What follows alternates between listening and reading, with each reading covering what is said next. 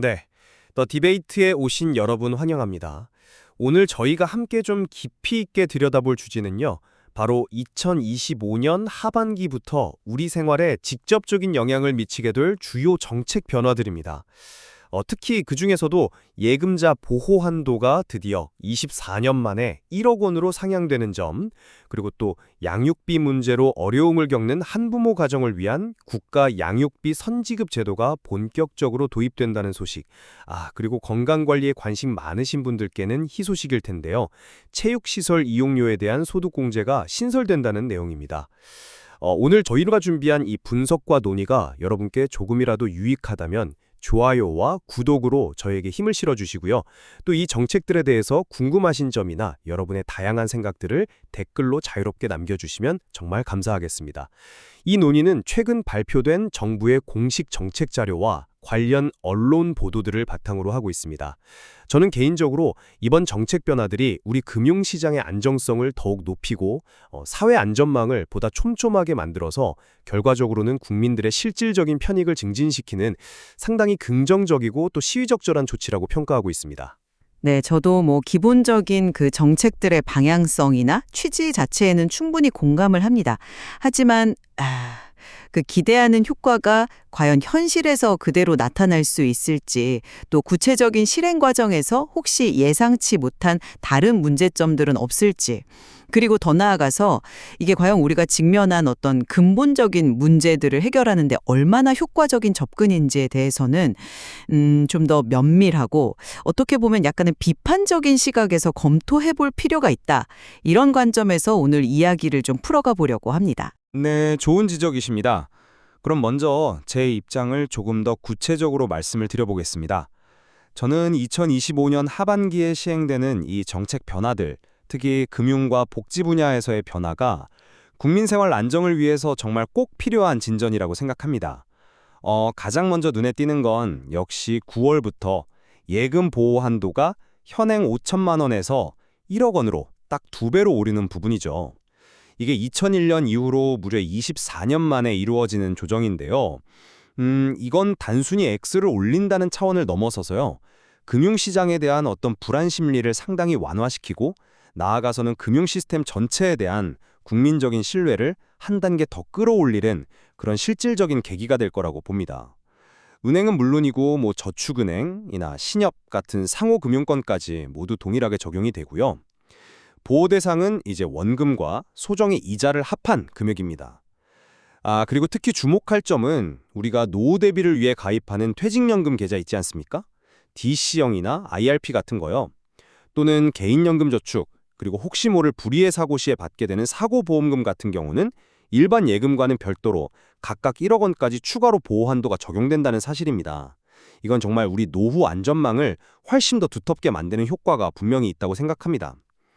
그리고 또 하나, 7월 1일부터 이미 시행된 국가 양육비 선지급제 역시 상당히 중요한 의미를 갖습니다.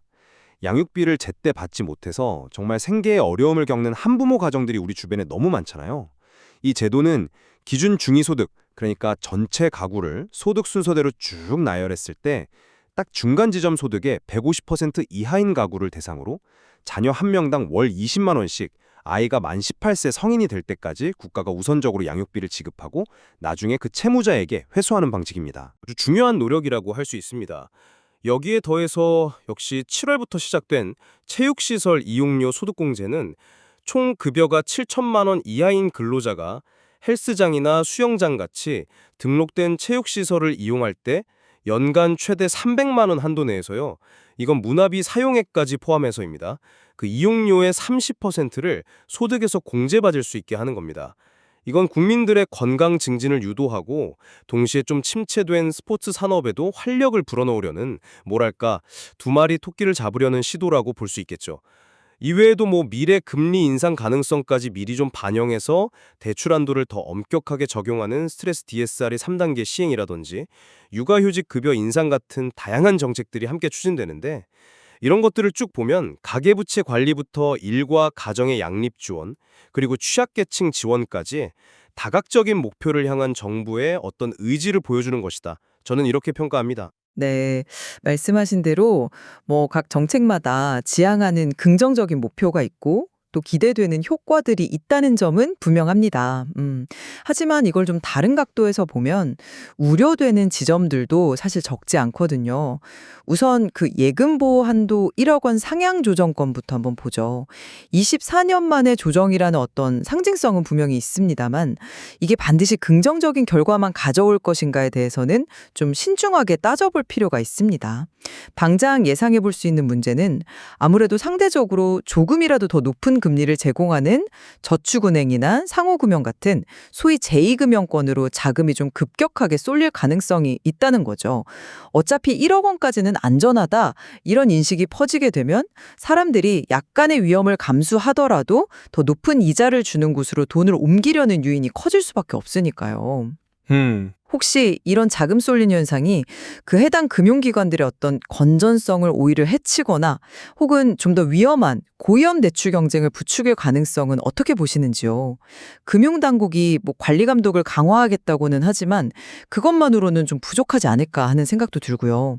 또 1억 원이라는 금액 자체가 지난 24년 동안의 우리 경제 성장이나 물가 상승률 이런 것들을 충분히 감안했을 때 과연 이게 정말 적절하고 충분한 수준인지 아니면 오히려 좀 과도한 것은 아닌지 여기에 대한 어떤 사회적인 합의 과정이나 깊이 있는 분석이 조금 부족했다는 지적도 있습니다. 그리고 국가 양육비 선지급제는 국가 책임을 강화한다는 취지는 참 좋습니다만 현실적으로 운영하는 데 있어서 어려움이 상당히 커 보입니다.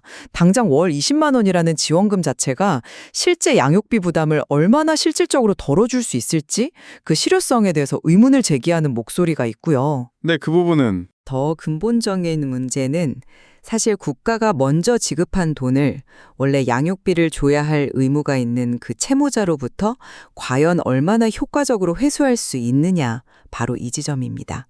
뭐 국세 체납 징수 절차를 준용해서 강제 징수하겠다고는 하지만 만약에 재산을 일부러 숨기거나 소득 활동 자체를 감추는 식으로 고의적으로 회피하는 사례들이 많아진다면 회수율이 정부 예상보다 현저히 낮아질 수 있거든요.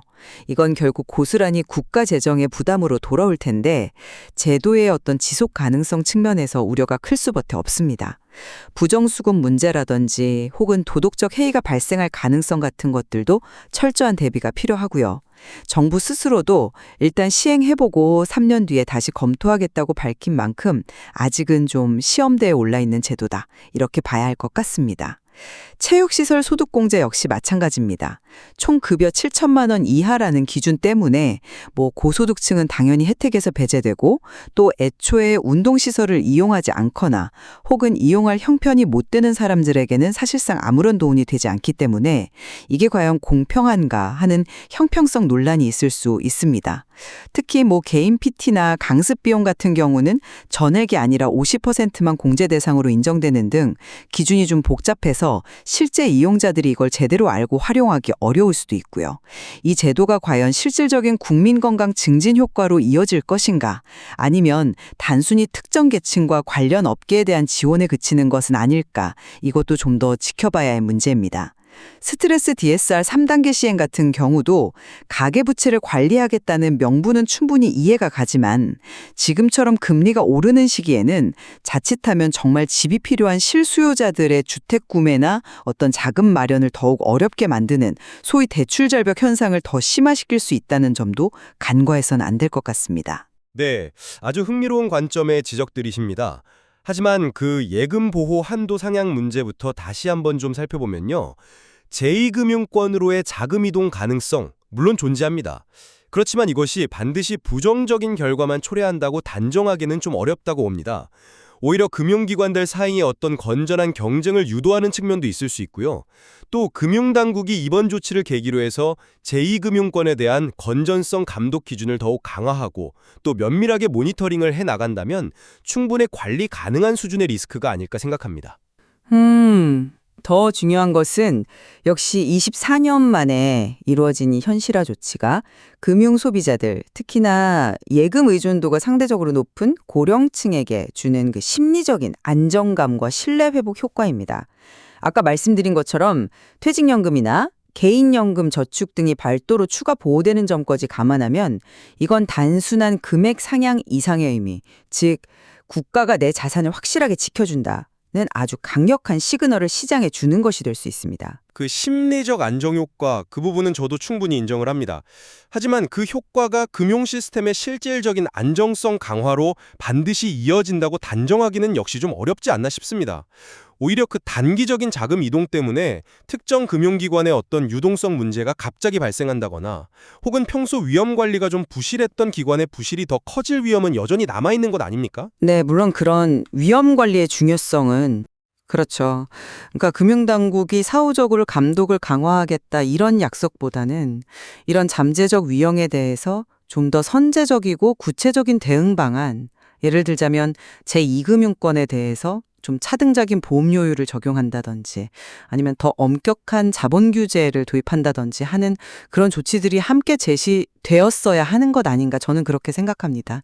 그리고 좀 더 장기적인 관점에서 보면 이 1억 원이라는 한도가 앞으로 뭐 10년, 20년 뒤에도 계속 유효한 보호 수준일 것인가에 대한 어떤 지속적인 재평가와 조정 메커니즘에 대한 고민도 지금부터 필요해 보입니다. 네, 그 부분도 장기적으로는 검토가 필요하겠네요. 그럼 양육비 선지급 제도로 넘어가서 이야기를 좀 더 해보죠. 저는 이 제도의 가장 핵심적인 가치는 국가가 더 이상 양육비 미지급 문제를 그냥 개인들 간의 문제로만 치부하지 않고 공적인 영역에서 보다 적극적으로 개입해서 아동의 기본적인 생존권과 안정적인 성장 환경을 보장하겠다는 그 의지를 명확히 보여준 데 있다고 생각합니다. 기존에 있었던 한시적인 긴급 지원 같은 경우는 대상도 너무 제한적이었고 지원 기간도 짧아서 실질적인 도움이 되기에는 좀 부족했다는 비판이 계속 있었잖아요. 네, 맞아요. 이제 국가가 선지급 후회수 방식으로 전환함으로써 양육비 때문에 아이들이 어떤 빈곤의 악순환에 빠지는 것을 막고 최소한의 안정적인 생활을 유지할 수 있도록 국가가 어떤 든든한 버팀목 역할을 하겠다는 것 아닙니까?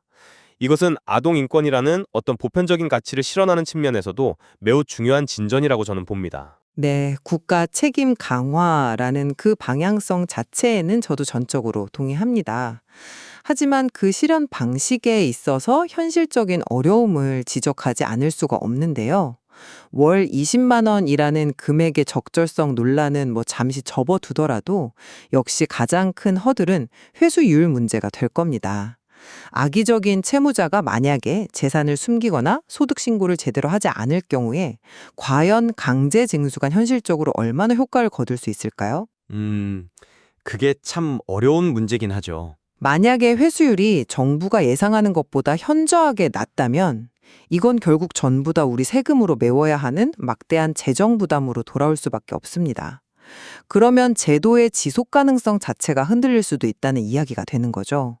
또한 지원 대상, 즉 중위소득 150% 이하인지 확인하고 또 채무 불이행 기간을 정확하게 산정하고 그리고 혹시 모를 부정수급이나 도덕적 해이를 방지하기 위한 아주 촘촘한 시스템 구축과 이걸 또 실제로 운영할 충분한 행정 인력 확보가 필수적인데 과연 이 부분에 대한 준비가 충분히 되어 있는지 사실 좀 우려가 됩니다. 네, 운영상의 과제들은 분명히 있겠군요. 그럼 체육시설 소득공제나 다른 지원책들의 긍정적인 측면도 좀 더 강조하고 싶습니다.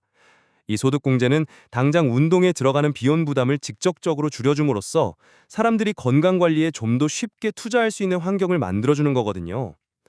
꾸준한 운동은 장기적으로 봤을 때 개인의 건강 증진은 물론이고 사회 전체의 의료비 지출을 줄이는 효과로까지 이어질 수 있습니다. 또 좀 침체되어 있는 스포츠 관련 산업에 활력을 불어넣는 그런 부수적인 효과도 충분히 기대할 수 있고요.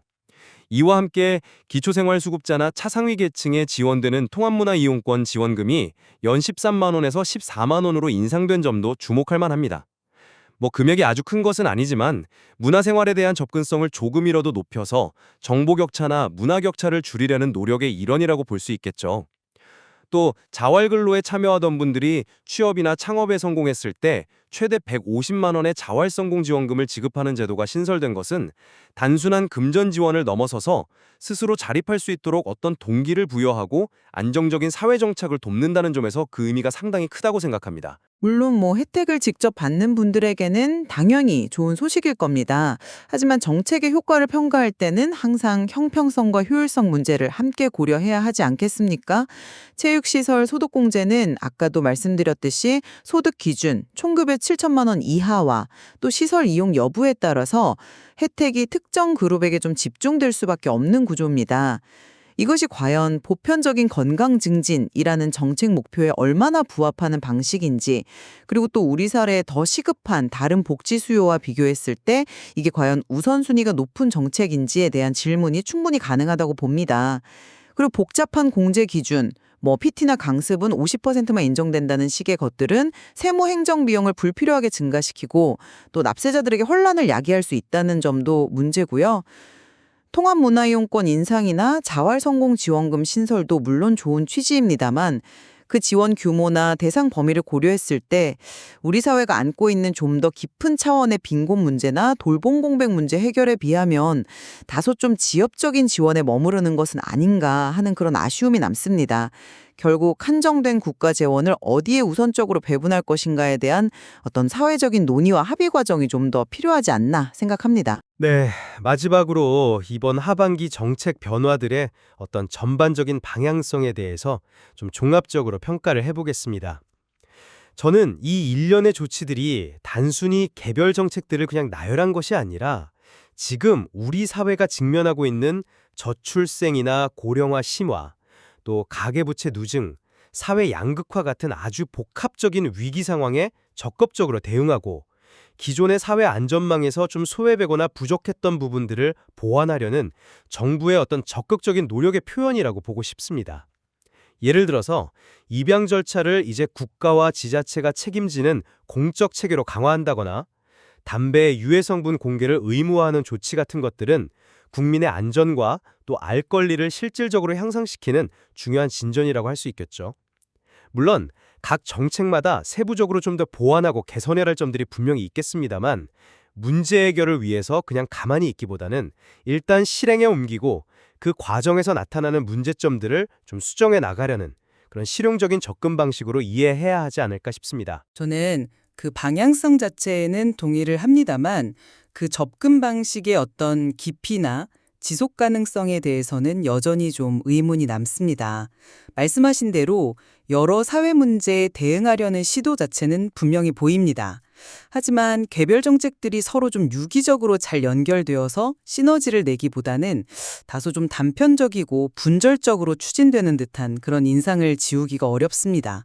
예를 들어서 오랫동안 시민사회에서 강력하게 요구해온 부양의무자 기준 완전 폐지와 같은 좀 더 근본적인 복지 사각지대 해소 방안에 대한 구체적인 로드맵이나 강력한 추진 의지는 아직 명확하게 보이지 않는 것 같고요. 기본소득이라든지 기본사회와 같은 더 큰 틀의 사회개혁 논의들도 있습니다만 이것이 구체적인 정책으로 과연 어떻게 구현될 것인가에 대한 청사진은 여전히 좀 모호한 상태입니다. 물론 모든 문제를 한 번에 다 해결할 수는 없겠죠. 하지만 단기적인 처방에만 너무 집중하기보다는 우리 사회의 어떤 구조적인 문제를 해결하기 위한 보다 근본적이고 장기적인 비전 제시와 그에 따른 정책적인 노력이 좀 더 필요하지 않은가, 저는 그렇게 생각합니다.